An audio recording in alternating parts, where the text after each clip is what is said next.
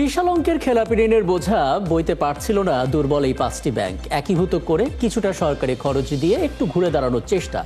Governor বলছিলেন 2 বছর লাগবে, এর মধ্যে বিষয়টি আদালত পর্যন্ত যদি গড়ায় সেক্ষেত্রে কি হবে, একীভূত ব্যাংকের নামটাই বা কি হবে, এবং সেই ব্যাংকটি যদি সরকারি হয় তাহলে এই বেসরকারি কর্মীরা কি সরকারি সুযোগ সুবিধাগুলো পাবেন? মানে অনেক কিছু স্পষ্ট নয়, সেগুলো ধাপে ধাপে পরিষ্কার হতে চাই।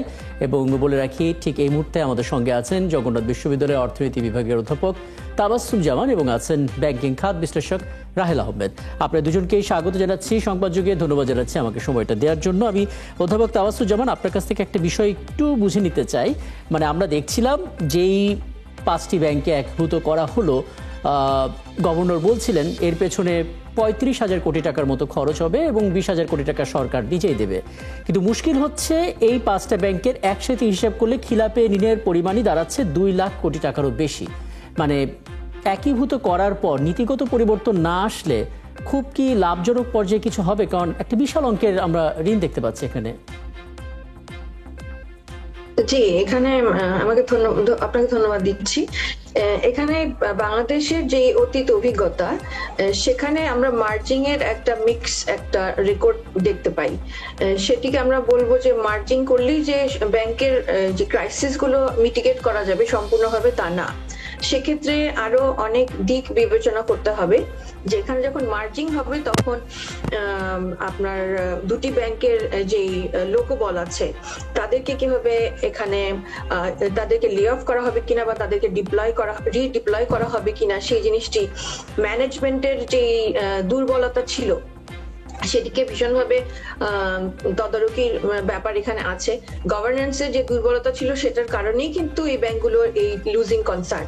সো এক্ষেত্রে যে নতুন পর্ষদ হবে, যে অ্যাডমিনিস্ট্রেটর, যে 5জন অ্যাডমিনিস্ট্রেটর এই 5টি ব্যাংকের জন্য তাদেরকে নিয়োগ দেওয়া হয়েছে, তারা কিভাবে এই নতুন সেটআপটিকে তারা আমলে নিয়ে এই পরিচালনাটি সম্পন্ন করবেন সেটি দেখবার বিষয়।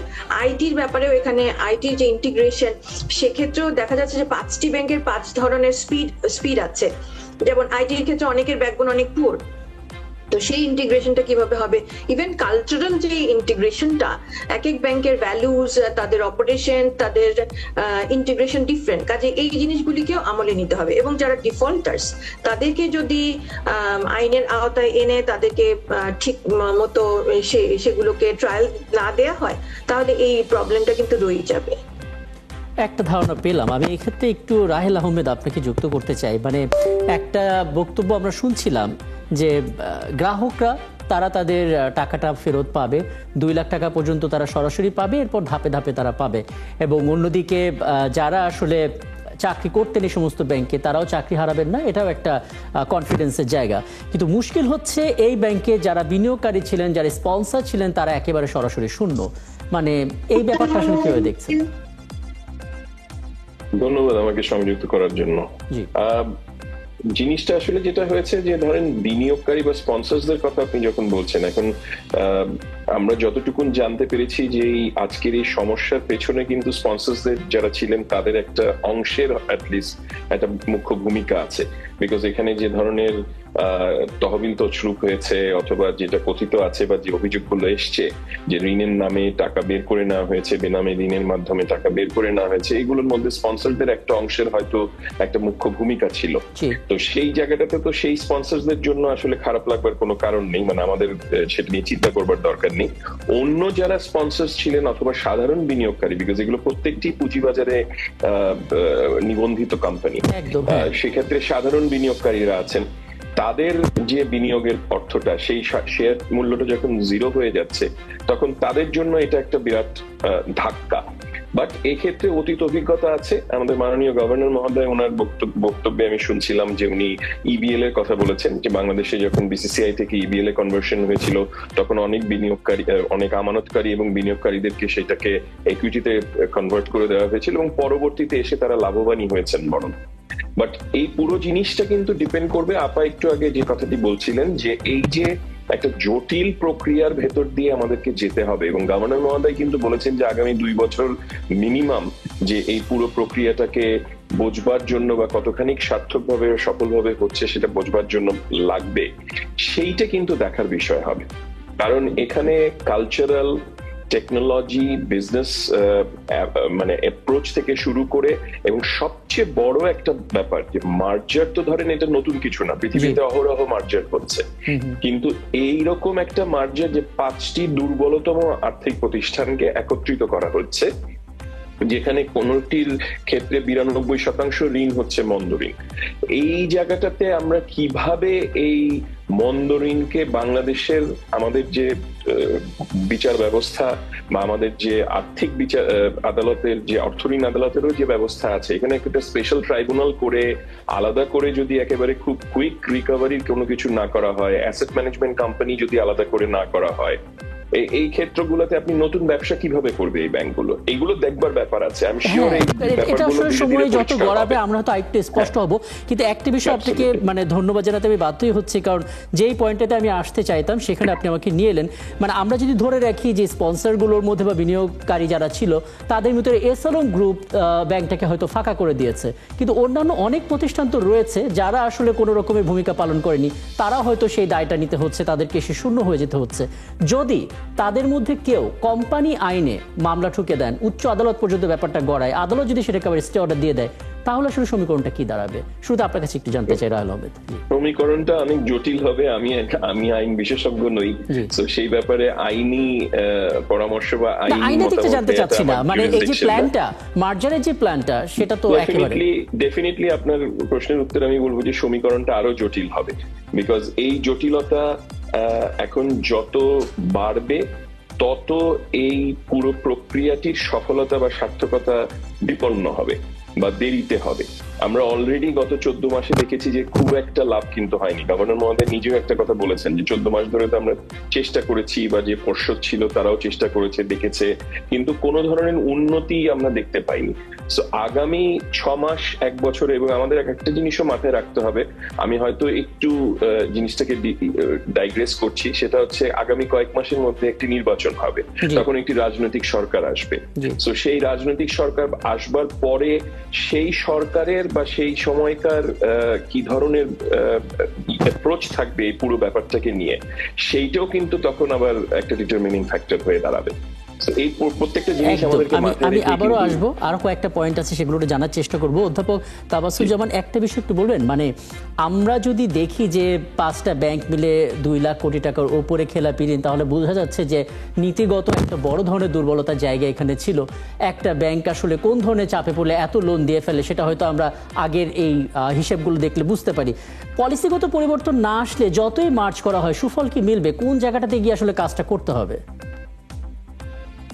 এখন এখানে আমি বলবো যে যারা এইটার দায়িত্ব প্রাপ্ত হচ্ছেন একটা সিঙ্গেল এন্টিটির, তাদের এখানে একটা ভীষণ গুরুত্বপূর্ণ রোল প্লে করতে হবে।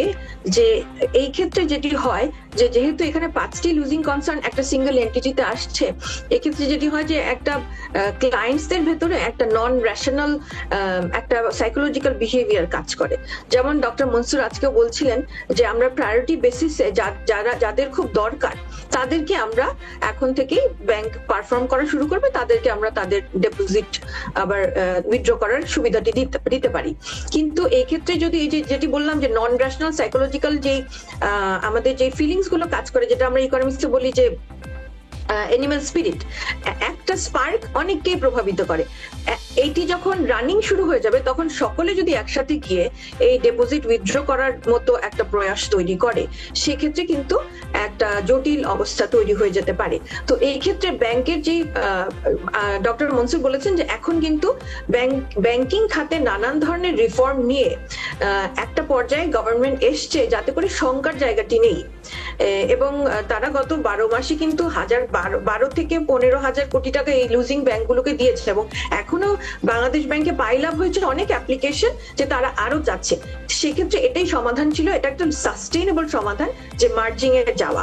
তো আমি বলবো যে নতুন যে পর্ষদ হবে নতুন যে অ্যাডমিনিস্ট্রেটর হবে তাদেরকে ভীষণভাবে এই জিনিসটিকে সার্কুলেট করতে হবে, জনমনে এটা এই ধারণাটা তাদেরকে প্রোভাইড করতে হবে যে এখন শঙ্কার জায়গাটি নেই, এখন গভর্নমেন্ট এটাকে সাপোর্ট দিচ্ছে এবং এই নতুন পর্ষদ খুব সাকসেসফুলি অপারেট করবে এবং আশা করা যায় যে এই মার্জিং প্রসেসটা 2 বছরের পরে সুন্দর মতো রান করবে। তাতে করে আমার মনে হয় যে অনেকটাই সমস্যার সমাধান হতে পারে।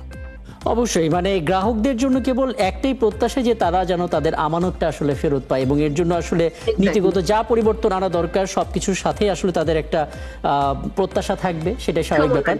রাহেলা আহমেদ, সেক্ষেত্রে একটা জিনিস একটু বলবেন, মানে ব্যাংকটা যদি বলা হচ্ছে, যদি ভুল না করে থাকি, এই 5টি ব্যাংক যখন একীভূত হবে তাদের একটা নাম দেওয়া হবে, দিন শেষে এই ব্যাংকটাকে হয়তো সরকারি ব্যাংকই বলা হবে, কিন্তু ব্যাংকগুলো তো বেসরকারি ছিল এবং কর্মীরাও তো বেসরকারি।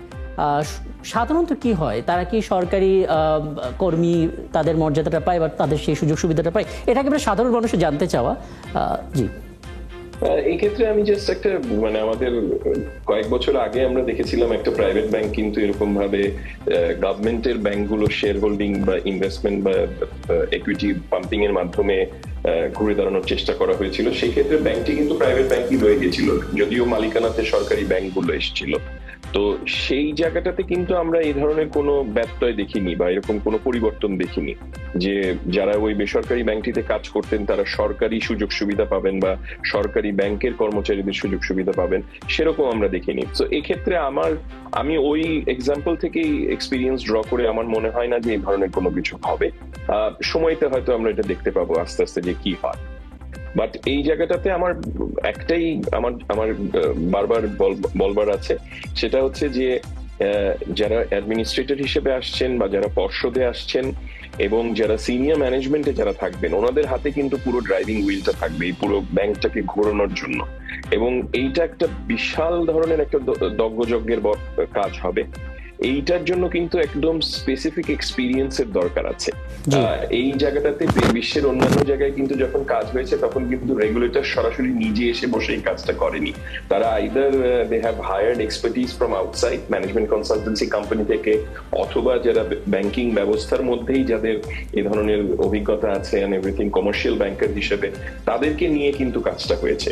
বিকজ রেগুলেটর এবং কমার্শিয়াল ব্যাংকারের কিন্তু একটা কাজের মধ্যে তফাৎ থাকে। এই জায়গাটাতে কতদিন অ্যাডমিনিস্ট্রেটররা কন্টিনিউ করবেন এবং কতদিন ম্যানেজমেন্টে ওনাদের দখল থাকবে, বা এই ম্যানেজমেন্ট কিন্তু পুরনো ম্যানেজমেন্টই, এখানে লোকজন কিন্তু সবাই পুরনোরাই থাকছে। তো সেখান থেকে কিন্তু আপনার অনেক রকমের বাছাই করবার ব্যাপার আছে প্রক্রিয়ার মধ্যে, কেন কাজটা তো পুরোটা করাই হচ্ছে ব্যাংকগুলোকে ঘুরে দাঁড় করানোর জন্য। আস্থা বলুন যেটাই বলুন, যতক্ষণ না ঘুরে দাঁড়াচ্ছে ততক্ষণ কোনো কিছুই হবে না। তো এই জায়গাটাও আমার মনে হয় দেখবার জন্য আমাদেরকে অপেক্ষা করতে হবে সামনে, যে how does it take terms. একদম। অধ্যাপক তাবাসসুম জামান, আমরা আসলে দেখতে পাচ্ছি যে একটা উদ্যোগ নেওয়া হলো, এর ফলাফল ভালো হবে নাকি আসলে প্রত্যাশা মতো হবে না সেটা হয়তো সামনে আমরা বুঝতে পারবো, কিন্তু দিন শেষে মানুষ চায় একটা অপরাধের শাস্তির দৃষ্টান্ত। মানে যারা এই কাজগুলো করলো তারা আসলে ধরাছোঁয়ার বাইরে রয়ে গেল, তাদের খোঁজ আমরা দেখতে পাচ্ছি না, তাদের হাতে হাত করা দেখতে পাচ্ছি না। দিন শেষে আমরা আসলে একটা সমাধানের দিকে হাঁটছি যাতে করে আমরা কিছুটা হলেও নিজেদেরকে সামলে নিতে পারি। অপরাধীদের ধরার ক্ষেত্রে আসলে কতটা ভূমিকাটা রাখা প্রয়োজন, কতটা জোর দেওয়া প্রয়োজন, কারণ দিন শেষে কতগুলো ব্যাংক আমরা আসলে এক করব? জি জি, সেটি আমি কিন্তু আমার বক্তব্যে বলেছি যে আসলে এটি এখন চলমান প্রক্রিয়া। ব্যাংক যেহেতু ক্ষতিগ্রস্ত হয়েছে, ব্যাংক এবং দুদক এবং গভর্নমেন্ট তারা কিন্তু এই ট্রায়াল গুলো কন্টিনিউ করছে এবং এসএলএম এর এগেইনস্টে অলরেডি 30টা কেস চলছে, এবং এখানে যদি দৃষ্টান্তমূলক শাস্তি এনশিওর করা যায় এবং খুব কুইক ট্রায়াল করে তাদের জন্য যদি আলাদা বেঞ্চ করে এই জিনিসগুলো এনশিওর করা যায়, তাহলে আমি বলবো যে আমার মতে যে ফিউচারে একটা এক্সাম্পল সেট করা যাবে। কারণ এই যে বর্তমান যে ইন্টারিম গভর্নমেন্টের যে ইনিশিয়েটিভস গুলো, এগুলো কিন্তু ফিউচার গভর্নমেন্টের জন্য একটা গাইডলাইন হয়ে থাকবে, এবং এটা একেবারেই একটা আনপ্রেসিডেন্টেড সিচুয়েশন। এরকম সিচুয়েশনে বাংলাদেশে আগে কখনো পড়েনি, এবং এই যে ব্যাংকিং সেক্টরের একটা ধস, এবং আমি দেখতে পাচ্ছিলাম যে 2024-এও 54টা রিভিউয়ের ভেতরে 38টা ব্যাংকই খুবই দুর্বল, এবং 25-এ দেখা যাচ্ছে 61টা ব্যাংক পাওয়া গেছে যেগুলো খুবই উইক। তো সেক্ষেত্রে এই যে মার্জিং, আমরা 5টা সিগনিফিকেন্টলি অ্যাকচুয়ালি মার্জিং করার প্রসেস শুরু হয়েছে, which is very negligible, এবং আমরা যদি গভর্নেন্সের, করাপশনের, অ্যাকাউন্টেবিলিটি, ট্রান্সপারেন্সি এই পয়েন্টস গুলো, এই ইনিশিয়েটিভস গুলো আমরা নিয়ে এগুলোকে যদি আমরা এই ইন্ডিকেটরস গুলোতে বাংলাদেশের যে অবস্থানটা সেটিকে যদি উপরের দিকে তুলতে না পারি, তাহলে কিন্তু ব্যাংকিং সেক্টরে সেরকম কোনো দৃশ্যমান পরিবর্তন আমরা দেখতে পাবো না। কারণ ওই যে আমাদের আরেকজন আলোচক যে বলছিলেন যে আমাদের প্রশাসক বা রেগুলেটররা কিন্তু আছেই, বাট তারা যাদেরকে দিয়ে পরিচালনা করবেন তারা কিন্তু সেই আগের ব্যাংকিং সিস্টেমে যে লেবার, যে এমপ্লয়ি যারা ছিলেন তারাই। তো সেই এমপ্লয়ীদের যে অভিজ্ঞতা, তারা যে সিস্টেমের ভিতর দিয়ে, যে ভ্যালুজ এর ভিতর দিয়ে, যে নন ট্রান্সপারেন্ট ওর গভর্নেন্সের ভিতর দিয়ে তারা গিয়েছে, এখানে এসে যদি তারা সেগুলি প্র্যাকটিস করে, then definitely will not observe any change as such. একদম ধন্যবাদ। আমি আসলে সময় থাকলে আরও আলাপটা দীর্ঘ করতাম, কারণ অনেকের অনেক ধরনের প্রশ্ন ছিল এবং আপনি এত চমৎকার করে জিনিসগুলো তুলে ধরলেন, যেটা আসলে অনেক কিছু পরিষ্কার হলো। আশা করি সামনে আবারও কথা হবে এবং আরও বিষয়গুলো স্পষ্ট হবে। ধন্যবাদ আমাদেরকে সময়টা দেওয়ার জন্য। আমাদের সঙ্গে ছিলেন এতক্ষণ জগন্নাথ বিশ্ববিদ্যালয়ের অর্থনীতি বিভাগের অধ্যাপক তাবাসসুম জামান এবং একই সঙ্গে ছিলেন ব্যাংক খাত বিশ্লেষক রাহেল আহমেদ। এবং এই ছিল আজকের সংবাদ। আগামীকাল ঠিক রাত 10টায় আবারও দেখা হবে নতুন কোনো বিষয় এবং তার বিশ্লেষণ নিয়ে।